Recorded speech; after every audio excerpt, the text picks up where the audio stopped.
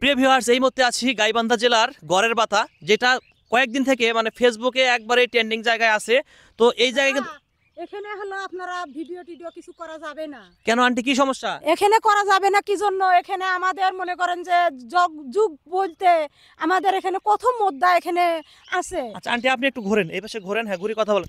দর্শক, আমি এই জায়গায় আসলে ফেসবুকে ভিডিও দেখে, ফেসবুক এবং ইউটিউবে যে পরিমাণে এই জায়গাটা ভাইরাল গাইবান্ধা জেলার মধ্যে, এটা গড়ের বাতা ধরে অনেকে দাঁড়িয়েপুরের দক্ষিণ পশ্চিম সাইডে।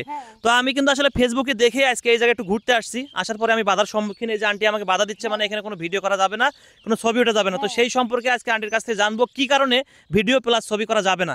আন্টি বলেন। আছে না, আমাদের মনে করেন যে পূর্বকাল আমাদের যে দাদা ইয়েরা ছিল, এরাও জানছে যে তারা এখানে গোরস্থান দিছে, তারা জানছে এটা আরো অনেক উঁচু ছিল।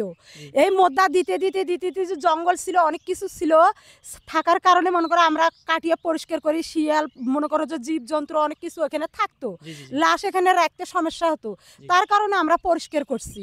করিয়াও যে আমরা এখানে লাশ রাখি, যে এখানে আমরা লাশ রাখি এখানে। আপনারা যে অনেক দূর দূর থেকে আসেন, আসিয়ে আপনারা এরকম ভিডিও এবং ছবিকে এটা ইত্যাদি করেন, এটা তো করার এটা জায়গা নয় রে বাবা।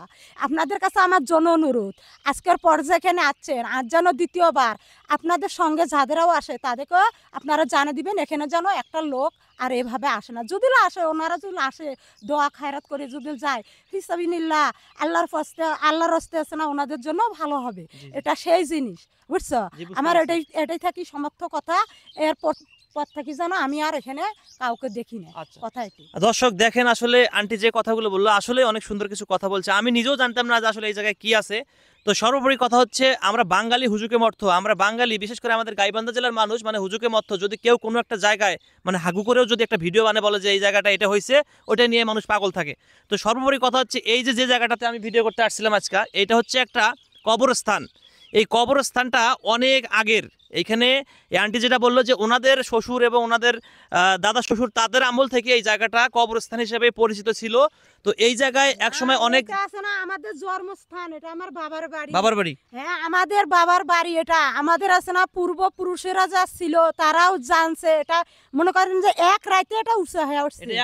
হ্যাঁ, এটা মামার ভাগ্নে মনে করো যে এই জিনিসটা এরা তৈরি করছে। যেখানে ভাগ্নে তিস্কেরি করে চলছে, ওখানে করে ওই যে মাঝখানে ফাঁকা, ওখানে করে একটা সোনার কোদাল আছে। ওই জন্য যে মুদ্রাগুলো রাখে এখানে আছে না, আসলে দোয়া খায়রাত করতে হয়। আর এভাবে আসি উশৃঙ্খলা, কেউ গাঁজা খায়, কেউ মদ খায়, কেউ ইয়ে খায়, কত ভাষা, খারাপ খারাপ ভাষা। ওই জন্য বাবারে আমাদের আছে না দুঃখ হয়, বলে কেননা আমরাও মানুষ, আমাদের একদিন মৃত্যু হতে হবে। ওই জন্য এই জায়গায় আছে না এই জিনিসটা করা উচিত না। হ্যাঁ, থ্যাংক ইউ আন্টি, আসলে অনেক সুন্দর কিছু তথ্য দিল। দর্শক, এটা আসলে অনেক আগের, আন্টির বাড়িও এখানে, জন্মস্থান এখানে। তো কথা হচ্ছে এটা অনেক আগের পুরানো একটা জায়গা, এটা নাকি এক রাতে ভেসে উঠছে। তো সর্বোপরি কথা যে এই জায়গাটার মধ্যে আমরা না জেনে না শুনে অনেক সময় ছেলে মেয়ে আমরা উভয় জায়গায় ঘুরতে আসি, পাশাপাশি এই জায়গায় অনেকে আবার আমরা বিভিন্ন ধরনের নেশাতেও আসক্ত হয়ে যাই। তো এই কাজগুলো করা কখনোই ঠিক না। আবার এখানে এসে আমরা টিকটকের ভিডিও বানাই, নাচানাচি করি। তো আমি আজকে যেটা আন্টির কাছ থেকে শুনলাম, শুনে আমি আপনাদেরকে বলছি, যারা এই জায়গায় কন্টেন্ট বানানোর জন্য আসেন বা ভিউ জানার জন্য যারা এই শিমুলতলিতে আসেন, এখন শিমুলতলি নাম হয়ে গেছে, এটা কিন্তু মূলত একটা গড়ের বাতা নামে পরিচিত এবং এখানে অসংখ্য লাশ রয়েছে এবং সাইডে হচ্ছে হিন্দুদের কিন্তু শ্মশানঘাটি রয়েছে। তো যারা এখানে আসেন না বুঝে না শুনে ভিডিও করার জন্য, তাদেরকে বলবো নেক্সট টাইম এই ভিডিওটি দেখার পরে গাইবান্ধা জেলার এবং বাইরে থেকে যারা এই জায়গায় আসেন, কেউ আর এই জায়গায় আসবেন না।